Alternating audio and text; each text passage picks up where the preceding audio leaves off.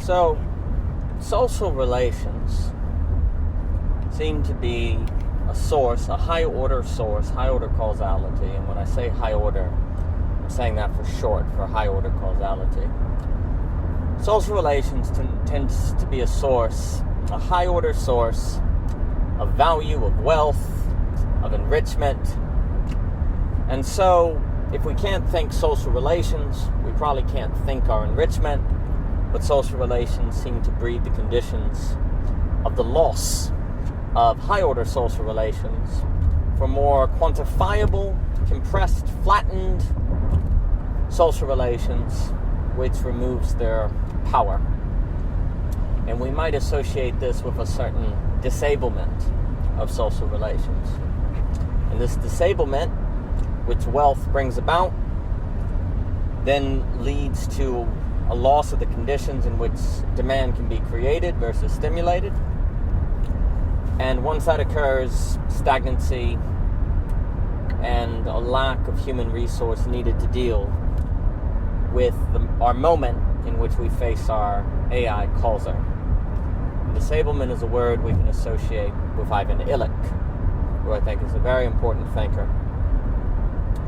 And so we need to recover social relation, but as pluralism intensifies, diversity becomes greater, and we as humans face all of this with a consciousness that seeks to be subconscious and automatic. Consciousness is irritating, is agonizing, and we do not like it. Ebert is correct about this. Then we're going to not like the experience of the social. We're going to turn to capital or AI. And this is especially likely if we're disabled and thus less capable of dealing with the anxiety of difference. And so disablement worsens our situation, and we're disabled in many ways. I do think Ivan Illich is a very important thinker. But I should also clarify when I talk about, I think economics, another way to kind of think of the stagnancy that seemingly capital falls into after an event of non-zero sumness. It's kind of like you could almost think about capitalism, the non-zero capitalism as an event, like democracy is an event for Sheldon Rowland, thinking about Tocqueville. So democracy is an event, and capitalism at its best is an event. And these events are so powerful and give way to such a great enrichment that we tend to cling to them for a very long time, to at least the memory of them, even after they have long ceased to generate the same power as they once did. So the event of capital, the event of democracy might be thought of as different than the state of democracy now, or the state of capital. But we can also look at the tension of capital. Perhaps Earl Thompson would be useful here, an economist out of UCLA, who talks about the reason, the falling of wages. And we can think about profit, wealth, and wages in capitalism. And the problem is you need all three of those, and all three of them for non-zero sumness, and the three of them are kind of in a war with one another. And this poses some problems. Wealth we can associate with technology, well-being, things like this. And you see, the reason why this is important is, Dietrich Maclowski stresses this as well, in the idea that wealth is not money, just money. Like wealth, who cares if you have all the money in the world if you are born 500 years ago and food is awful, there's no salt, there's no health care, there's no laptops, there's no internet. Sure, you might have all the money in the world, but you can't make a laptop. You can't get a laptop, right? So there's an interesting idea that even if people today have less money than, say, King Louis or something, they might have greater wealth. Now, we have to be careful here because all wealth brings with it trade-offs. The benefits of technology come with negatives that are very severe. But the idea is that wealth is more like technological advancement, infrastructure, things like this. And that's important to keep in mind. Wages are, what people have, what they make from their jobs.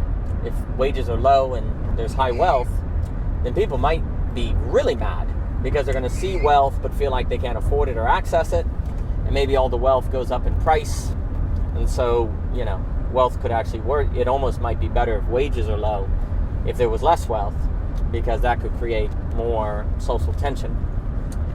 And then profit you can look at is just the money companies make. They have wealth, wages, and profit. And companies want to make more profit. Companies want to have higher profit. But of course, there's an issue here. A key way that companies can make higher profits is to pay lower wages. And so profits can be in a conflict with wages. But at the same time, companies can't get profits if they don't generate wages, which is interesting.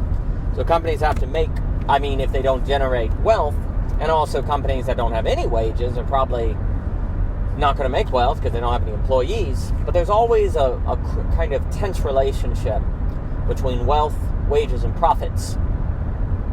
And Earl Thompson kind of points out that it's really hard for wages to go up. And one of the ways you do it, here's a weird idea, is if you see very strong militaries, you tend to have strong wages. Well, why is that? Well, it's not a causal relation, but strong militaries can sometimes correlate with greater national division, more isolationism. And when you have greater isolationism, then there's less people to choose labor from. There's just your country or something, right? And the reason why that's a big deal is because then if people want work, they have to pay for it. Another example of when wages are high or after, say, a plague or something, because a lot of people die, so labor is, worth more. So this is what's very interesting. Isolationism, catastrophe, great leveling events, as Studebaker talks about, they can make wages go up. But this seems terrible because it would kind of suggest that in order to get wages to go up, we need an existential event, something really dangerous. Or isolationism. But of course, if you get isolationism, you might have greater probability of war. You might have less wealth, and so on and so forth. And you could also say, ultimately, capitalism has a tendency to cut wages in the name of profit. And as wages go down, that leads to the split of the classes, wealth, inequality, rich, poor, etc. And then people can't access the wealth of the country. That's a major problem. So the war between wages, wealth, and profit are a major problem. And you could also say this leads to a certain tendency of capitalism toward AI, because, the ultimate way that you can deal with the quote-unquote problem of wages for companies is AI, because AI can do work for free. You don't need to pay it, wages. Whatever the one-time payment is for AI will be radically less than the wages you'd have to pay every year, etc., so forth. So AI is kind of just, in a sense, a logical outcome of a movement of capitalism to have less wages for higher profit. So this is another tension. And you see, in addition to that, the more disabled people are, the more they will not be able to specialize to be worth a higher wage. And also people will be reliant on companies because they need services because they don't have the ability themselves. And so there's also a disablement tendency here that is part of the war against wages for profit. Because also what's good for profit is to have a business that no one in the area can do because they're disabled and nobody has the skill. And you could also talk about the division of labor as leading toward people that are really good at one thing, but not a myriad of things. And this kind of points to the famous Marx quote of fishing. The man goes fishing, he does labor and theory in the evening. And we can hear that as kind of utopian, but really it's kind of an idea of human beings being able to do many things. not to be specialized, because there's something about specialization that brings a certain disablement to it. We're good at something, but not at many things. And you see, this creates a people that are likely going to get, companies, the services and experts and all of that, because we can't do as much, so we need experts. And that's not inherently bad. We're not saying that services and experts are bad, but there's a certain disablement that comes about. And let me go into detail on that. So, Ivan Illich is a genius. He's most known for his book on schooling. I think in learning webs, which I think we are seeing basically online today, with the social coordination mechanism. But Ivan Illich wrote on far more issues, and I think there are certain themes in Mr. Illich's work that are fairly profound, that should be examined and taken seriously. My favorite work of Illich, so I should note that Illich's work on schooling did have quite an influence on my thinking years and years ago, before I really knew about the depths of his thinking. And I do think we're entering into an age where he's taken, people are discovering him. Nina Power has done a lot of work on Ivan Illich with Justin Murphy, Other Life. Dave, Theory Underground, and Dave Brad, they've done work on Ivan Illich. Michelle and I had the pleasure of doing work at Parallax on Ivan Illich. He's quite a mind. I want to focus on his ideas of disablement, which I think are a theme in his work. And also, there's a little book he wrote called The Right to Useful Unemployment that I actually think is a really profound book and should be taken seriously.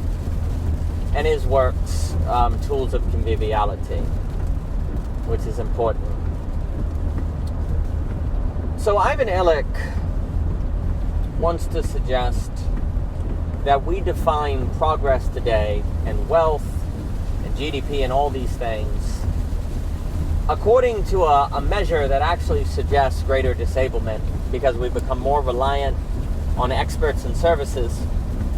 And also we develop a certain rationality, a certain ethic that makes it very difficult to not live our lives aligned with the logic of capital, markets, fungibility, and things like that.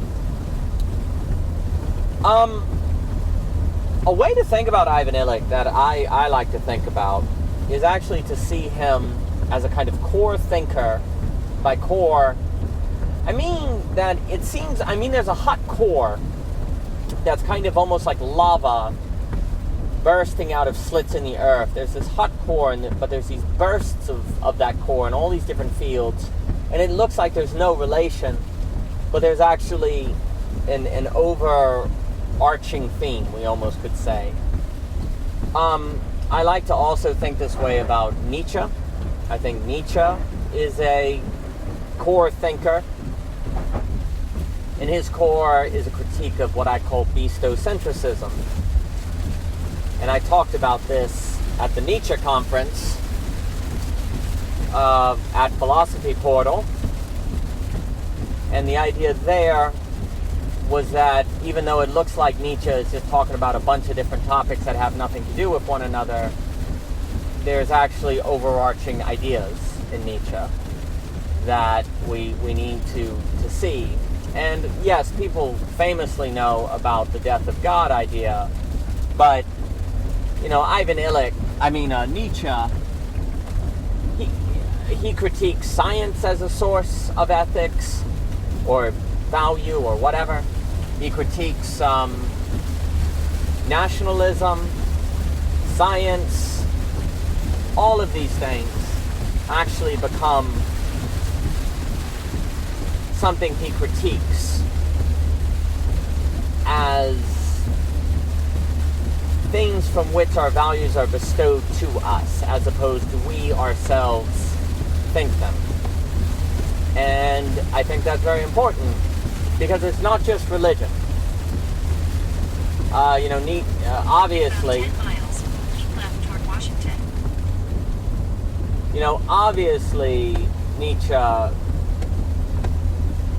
Obviously Nietzsche critiques religion. Obviously, Nietzsche critiques religion as a source of values that we don't choose for ourselves. We get them from the Bible or God, but we ourselves do not choose the values. And, there's that idea of beyond good and evil for value and contemptible, and the idea, that Nietzsche talks about is basically we define the good as not bad. But he's critical of this because then we don't really decide for ourselves what is valuable. We just get it from something else, and or get it from an ethic passed on to us, a slave morality, and then define, good as the opposite of bad. But that's not really a good that we own or have thought for ourselves. So it's bestocentrism. It's bestowed to us. Now, we can't ever totally get away from bestocentrism, but we certainly can do better. And to do better will mean that it's going to entail architecture and incubation and mediums and things like that, but that's for later. But anyway, without going too much more into Nietzsche, my point is that I think there's a hot core to Nietzsche's thought that, although it looks like his work is kind of unrelated or just he's just talking about a bunch of different things, I think there's a core that's just coming out in different areas. I think something similar applies to Ivan Illich. I think we can think of Ivan Illich as the way we put it at Parallax, he's a certain apocalypse of non-rationality.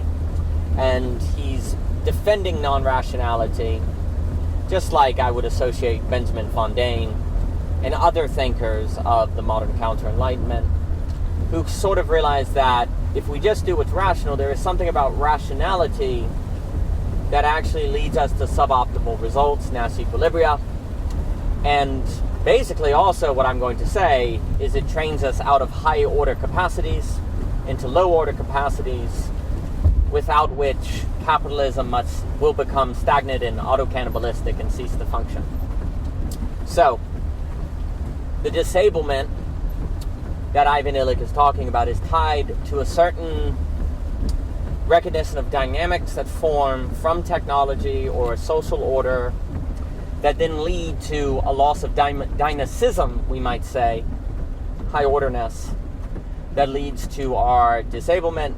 And when that occurs, we're not convivial, we're manipulated, and I would say that capital actually loses its dynamicism and it eats itself. And unfortunately, there is a tendency, a probability of capitalism to be so disabled and to do all these things that Ivan Illich is talking about. And we could say the problem is capitalism has a tendency toward a rationality or logic that denies its need for non-rationality. It tends toward a head on a stick. It tends toward an abstraction that doesn't need the body. But under that paradigm, what ends up happening is disembodied rationality is a rationality where efficiency is truth. What increases utility, GDP, is truth. And this is going to tend toward AI at the expense of the human being, toward our manipulation versus our conviviality. So it's a severe problem. Now,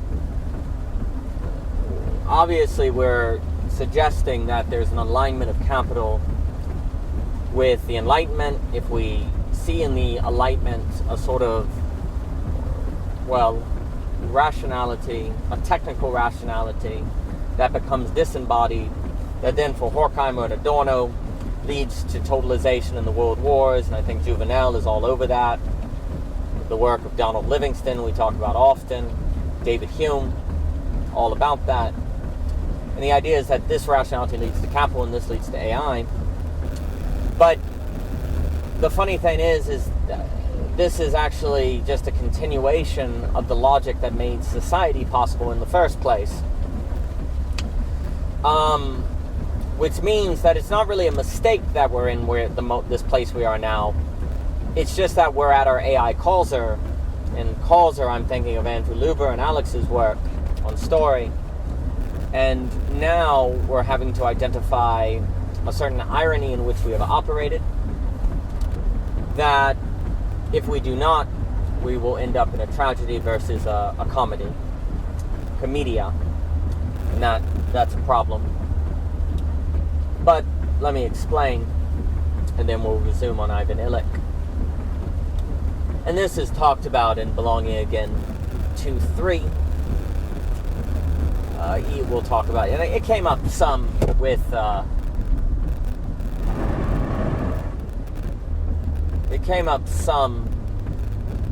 with Forrest Landry, Michelle Bowens, Tim Adlin, and myself at Voicecraft, where we talked about value and power, and I enjoyed that. But so E.O. Wilson, in this book, Socializing, the Socialization of the World, I believe, he asks a question, and he asks, why didn't dolphins take over?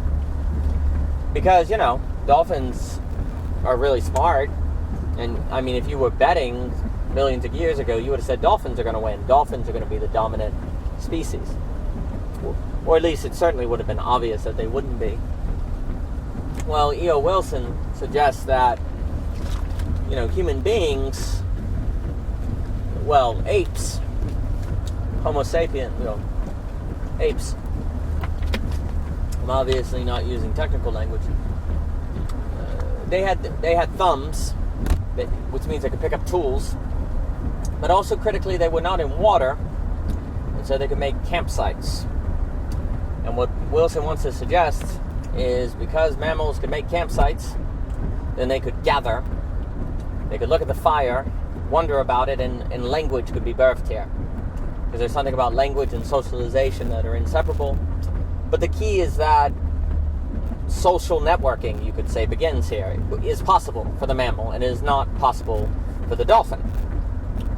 Well, E.O. Wilson wants to suggest that it is this very capacity for social relation that is the secret to our great enrichment. Our great evolution.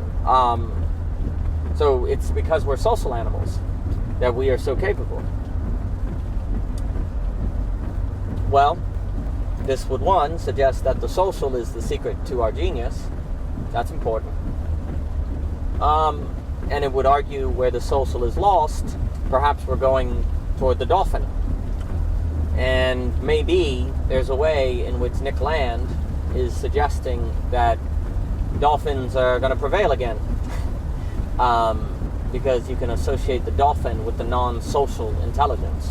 Now, dolphins, of course, have some sense of socializing. I'm not trying to belittle that, but there's a way in which the intelligence of the mammal is strongly connected to social capacity. But we have a problem now, because the moment you start socializing,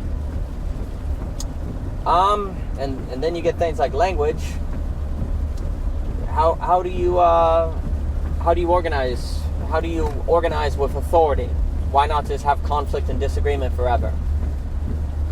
Now, I know that Dr. Greg Henriquez talks about justification and how the social comes, I believe, Mind 3, which that might not be right, but comes from the social language and the need for justification. And if I say, hey guys, let's go eat over there, and they say no, then I need justification for I'm right, and the need for justification generates social dynamics. 2 miles. Keep left toward Washington. It generates social dynamics and different ways to do it. Maybe I just do peacock feathers, or, some sort of sign, doesn't necessarily have to be language, but it tends toward abstraction. So you start getting language. Another way to think about it is Mary Douglas's work. She has it, and I'm in John David's debt for learning about it. Mary Douglas will talk about authoritative categories. And the idea is that if you don't have authoritative categories, then it's just going to be social chaos. And so you need a way for some categories to kind of be more authoritative than others.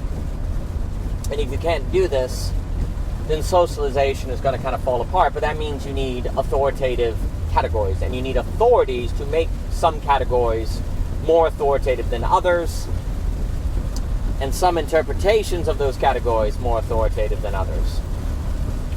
Well, this is when you start getting things like religion, institutions, governments, values. And one of the reasons perhaps, and this may also point, there's increasing evidence to show that religion comes first and then society. It's not, it's not necessarily, there's a lot of talk of agriculture leading to settlement, hunter-gatherer, then agriculture, and so on. But it may be that temple comes first and then agriculture, that the religious impulse comes first and then settlement. And there are lots of people who talk about settlement as a disaster for human beings. Diamond, Quinn, there are others. It's the idea that the worst thing humans ever did was agriculture. We should have stayed nomadic. You do with that what you will. Hegel has us tarry with the now, and we probably should assume there's a reason that there was this settlement. And it's hard to imagine technology developing complicated infrastructure, social pricing coordination, trade. All of these things seem to require settlement. But regardless, there may also, the main point is it may not be that agriculture, the choice of settlement, leads to religion, like temples. But it seems as if a temple kind of comes first. And this would make sense if Mary Douglas is right, because the whole idea that she's presenting is that authoritative categories are required for social organization. Otherwise, people will just fragment and fight over things forever. You won't get any social unity, thus you won't have any social action. So that ain't going to work. So you need authoritative categories, and these categories have to be abstract, because if they're not abstract, then they're going to be conditioned, and they won't be able to unify large groups of people. They're not going to be able to unify people. They're going to be bound to facticity, immediacy, stuff like that, and they're not going to go very far. So abstraction kind of grows the range by which you can bind people. And the more that you can bind people, and by binding, let's think by that the ability to create social intelligibility, to create relation that doesn't overwhelm people and that has some sort of sense to people. If you want to do that, then an abstract category is extremely important. If you do not do that, there will likely be issues.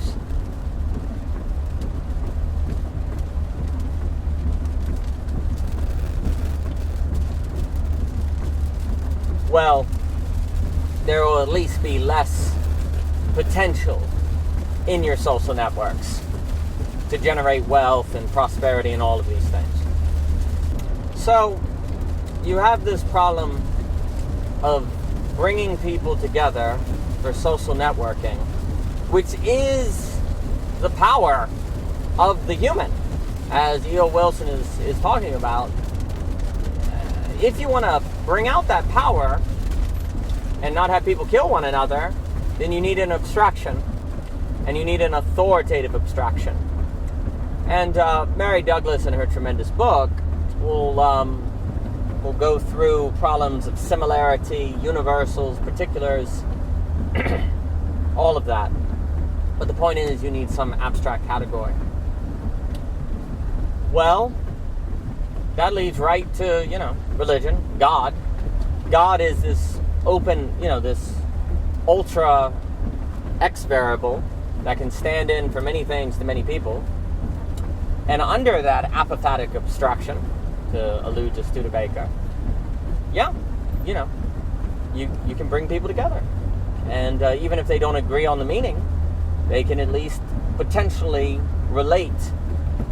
That the very fact, let's put it this way, the very fact that disagreement is intelligible, like there's an intelligence to the disagreement, well, that's a relation then, even between people who disagree. And that's important. Well, the abstract God, abstract value, it doesn't matter, leads itself toward abstract reason, or autonomous rationality, or rationality that is not bound by anything concrete. And that's its power. And it can unify people. But now we have an issue. It can totalize. Well, totalizing means totalitarian and flattening and removing difference and removing diversity. And so the abstraction necessary for bringing diversity together is at the same time that of which can destroy the diversity. And if it goes too far, you're done. But how could it not go too far according to its own logic? And this is the rub.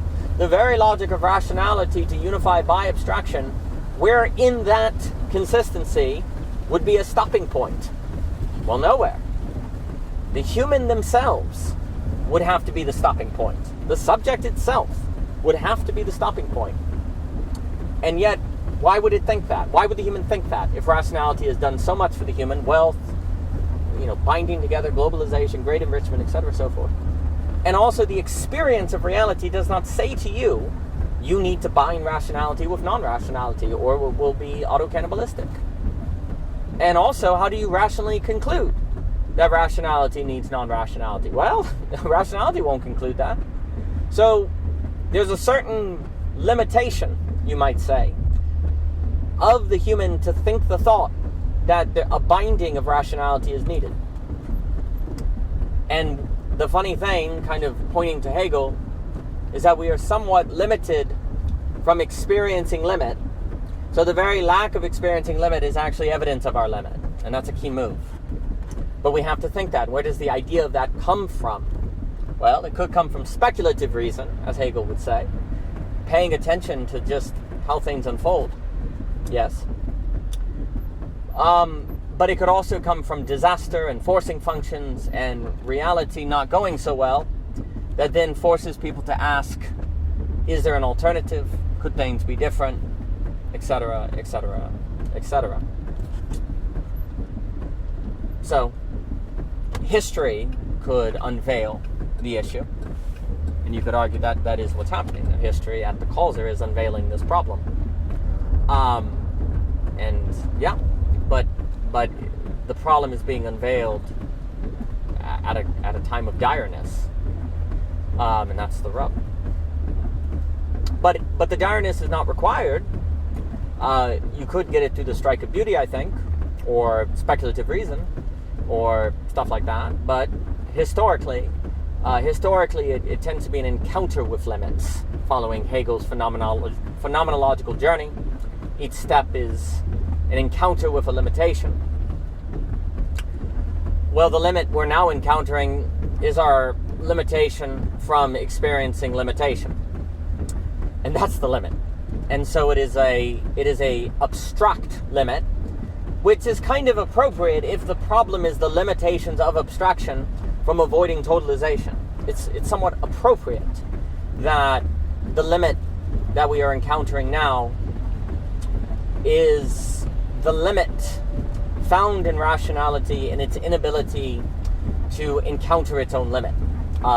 It must totalize. And, this does bring to mind Mr. Ebert's work on freak theory and how the limit is a saturation an inability almost not to saturate, the necessity of saturation for limit to emerge, that is, funny enough, internally experienced as indeterminate, but is externally experienced as a determination. In that play, we can look at in Ebert's paper in Enter the Alien, where he will talk about the doctrine, the end of the doctrine of being, attraction, repelling, all of that in the science of logic, I think is remarkably important. But the idea is that now, at this historical moment, there's a encountering of limitation from thinking its limit, which, though, was not a mistake, because had we not done that, we could have not, well, tapped into the fullness of, social capital, social networks, and all of that. It's only a mistake it's contingent on the now.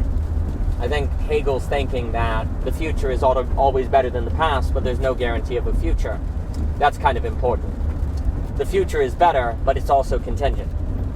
How long it takes to be better is not given. That we survive for it to be better is not given. But if it occurs, if it arises, then it is better. And that's the interesting move in Hegel. But we can then see why abstraction, as such, tends toward capital. Because there is something about capital that makes things fungible. It makes things exchangeable. They can be traded in and out, you might say. Well, abstraction kind of makes things, there's a certain universality to abstraction. Everything can be matter. I don't really experience matter, but that's a category by which I can think of everything. Space, time, creations of God, singing God's praises, beautiful. In a way, the abstraction makes everything relatable to one another. There's a certain bringing togetherness in the abstraction. Well, capital does the same. Everything can now be thought in terms of price. Everything can be traded. It can have an exchange value. So there's a certain fungibility. So the logic of rationality leads into the logic of capital, and then the logic of capital leads to AI. So the very trajectory that gave rise to human social networks, social capital, our fullest potential, is precisely what leads to, well, capital and AI, which are now threatening us. But we, again, cannot see this as meaning we made a mistake. We have to see this as meaning that everything is going exactly according to, as it should. But the funny thing is that if things go as they should, then you should be in danger. And that is... In 1 mile, take a slight right. So, the very abstractions that humans need to function leads to capital AI. And these abstractions are tied to the power of, well, human wealth creation. And please note, if it is true that human wealth is reflected and emerges from high order causality, well, that's fundamentally an abstraction. So our enrichment requires high order causation, which is abstraction, and abstraction can lead now to our, well, replacement by that very abstraction that gets a life of its own in capital, outside the human, finalized in AI. Techno-Cthulhu, as Mikey Downs might say. This would suggest why absolute idealism in Hegel is so important, because we need a tarrying with the concept in the subject. The negativity of the subject. The point, I guess, the dark night of the dark night, this negativity point, the subject cannot be included in thought. It's a kind of blind spot of thought, to use that term that's going around the internet, that if thought cannot think, it must separate from the human. It will leave it behind. This very dynamic is in thought itself. And this is getting at why rationality leads to a suboptimal result, a Nash equilibria, etc., etc. And Ivan Illich can be seen as a thinker of this problem. And he's pointing it out. And he's pointing out that, rationality embodied in our tools is leading to a certain disablement, which is, problematic and leading to our loss. We are threatened to be replaced by the very abstractions that made us evolve above the dolphins, you might say, that are now in a way positioned to live on without us. And so our dominance, it might be that the dolphins will win after all, right? That's kind of the question. And does this mean we made a mistake to settle on agriculture? No, it does not. It does not. It just depends on what we do now. It could be a mistake, but the very vivid AI is the causer that is making vivid all of this, and it has to be tarried with. But here's the issue. If the abstraction is what makes the social possible, and we are saying that we have to bring the abstraction back to the person, not let it get away from us, then that has to require some bringing into more prominence a human element. The human face. And we have said many times that the human doesn't like to think, basically. We do not like to deal with anxiety, complexity, and differently. We want to outsource it. We'd have to learn to resist that.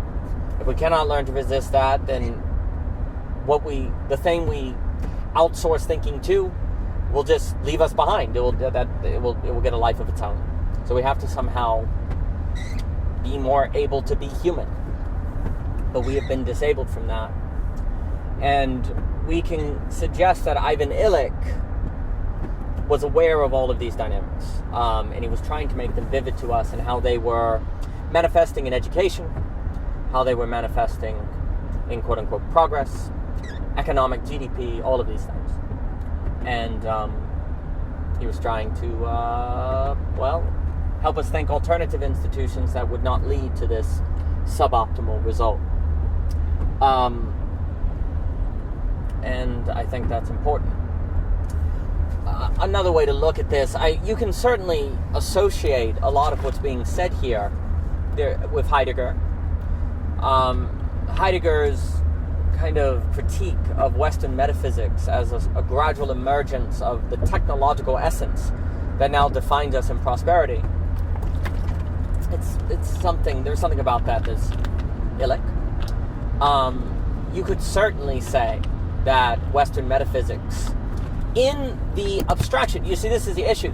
I think it's just what we are saying is that the way that metaphysics creates abstractions leads to disembodiment that leads to technology. I mean, it's more complicated than that for Heidegger, but that there's truth to that. Now, I would also say that, I think when he says Western metaphysics, there is perhaps an emphasis on thinkers that are not of the counter-enlightenment. I do think there's a line of thinking that is distinct, that is aware of this problem, of the barbaricism or refinement, the fundamental nihilism, on an unbound rationality, a lack of embeddedness. I think there are thinkers very much aware of this, but I don't think it's wrong of Heidegger to kind of be like, well, the most prominent thinking has led to this problem, and that's probably true. But I think we need to see the kind of irony and tragedy in it. Not that Heidegger doesn't, but it should also be noted that Heidegger, toward the end of his life, is more emphasizing poetry, language, ways of interaction by which being can come forth. There's an idea that you can't really get at being, but now we have to create conditions by which being can come forth.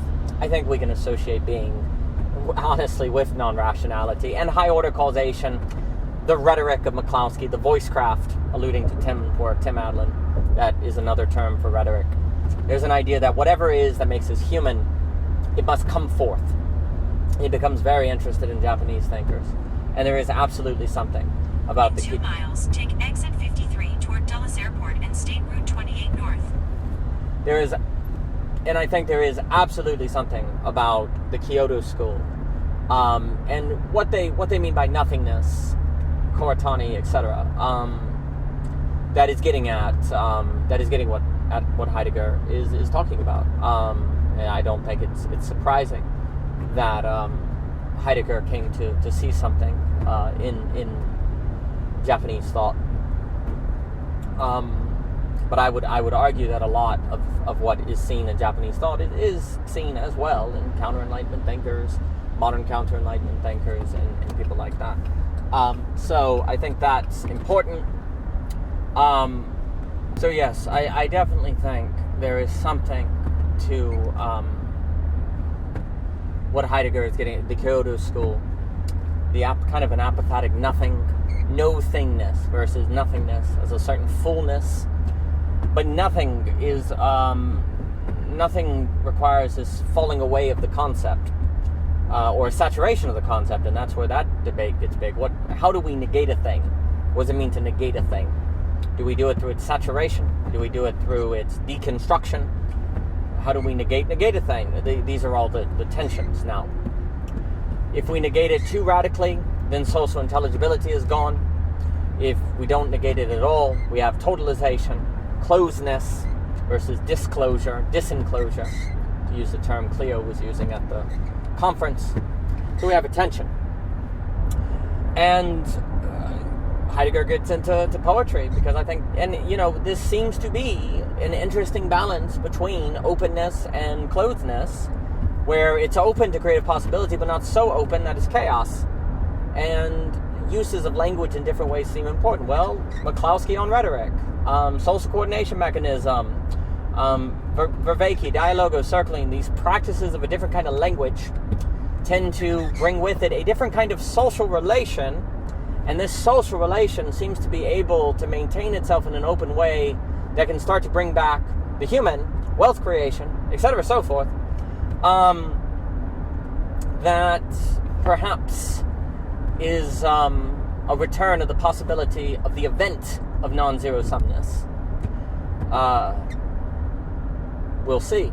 But there is something profound about language, and belonging again to we'll really get a lot into that, and how it trains meta-judgment. It trains our ability to judge things in terms of abstraction versus just according to their facticity, which then brings in the great work of Anthony Morley on Leibniz, which is incredibly important. His work is, he taught me everything I know on Leibniz. So there's an understanding that the way that rationality works, when it's extremely rational, makes it incapable of experiencing its own limit, which is its limit. That leads to a threat of totalization. But then if you say, well, we're going to just deconstruct reason, here's a problem. You tend to deconstruct reason according to how reason wants. And so it's a fake revolution. Or you go too far and it creates nihilism. So how do you, as a rational being, and how do you plan this? How would you determine the right way to break it down? This seems to be a problem. How would you create a system of dealing with the problem of systems? How would you make an enclosure to deal with the problem of enclosures? You've got an issue here. Well, it requires some sort of flexibility, some sort of skillfulness, some sort of dexterity that Ivan Illich had a belief we were being disabled out of. We were being trained out of, and that seems to be the case. But I do think we can see the history of Ivan Illich's, of Heidegger's thinking as kind of the whole arc almost of philosophy to where it is, to where it currently stands at our AI Calzer, and there are many much greater scholars of Heidegger than me, Andrew Luber, Johannes, Zaruba, I could go on. Dave does tremendous work, Sheen, etc., etc.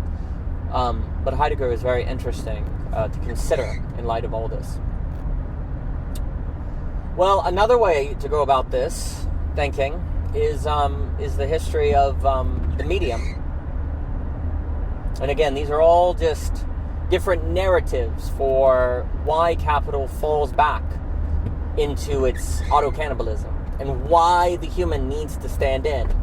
And we're basically just continually coming at why Ivan Illich matters. And if Ivan Illich matters, then that will also lead us to why forgiveness is major. And if we can't think the problem of forgiveness, then game over. And forgiveness is right at the transition from religion to absolute knowing. Forgiveness is pivotal at the end of Belonging Again 2.1. And I will say that much of Belonging Again, there is this sort of once, I guess Derrida said of Heidegger that he was kind of like a wave crashing against the shore continually. The same question of being over and over again. And there's something to be said that there are these many narratives to all point to why it is plausible and necessary that the human is needed today. That a human element, a non-systemizable human element, must be present today, or else that's it. Self-effacement. And that can look like where the human gets enclosed in a logic that they don't have the ability anymore to think outside of, and hell is locked from the inside, as Lewis put it, right? Because it doesn't know any better. But another narrative for getting at this irony in rationality, irony in the very thing that In 2 miles, take the exit to merge onto State Route 267 east toward Dulles Airport. this irony that's at the heart of the human and what it means to be human. This irony that our strengths overreach into our weaknesses. And I do think, in computer science, as I understand it, and again, I am no computer scientist, but as I understand it, there's this language of overfitting and underfitting, which I really like, and I prefer it to right and wrong, because very often things that are wrong or right in other contexts, and right things can cease being right once they are overfitted, when they are extended too much or applied too much. And basically what we're saying is that at this current historic moment, autonomous rationality is overfitting. The rationality that gave us the modern world is overfitting. That doesn't mean it was a mistake. That means now it is overfitting. And that's very important.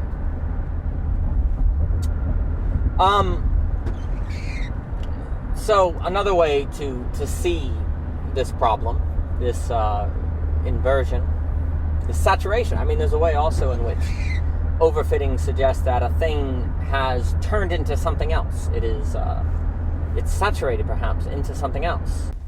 But all this, all this can be leading us into another narrative, which gets us into work of the Dr. Anton, William Ong, and medium conditions, and how that trains us, and why that is part of the address, and why that also is part of the disablement, and why it would make sense that Ivan Illich was so interested in literacy and the like. And we'll talk about that next.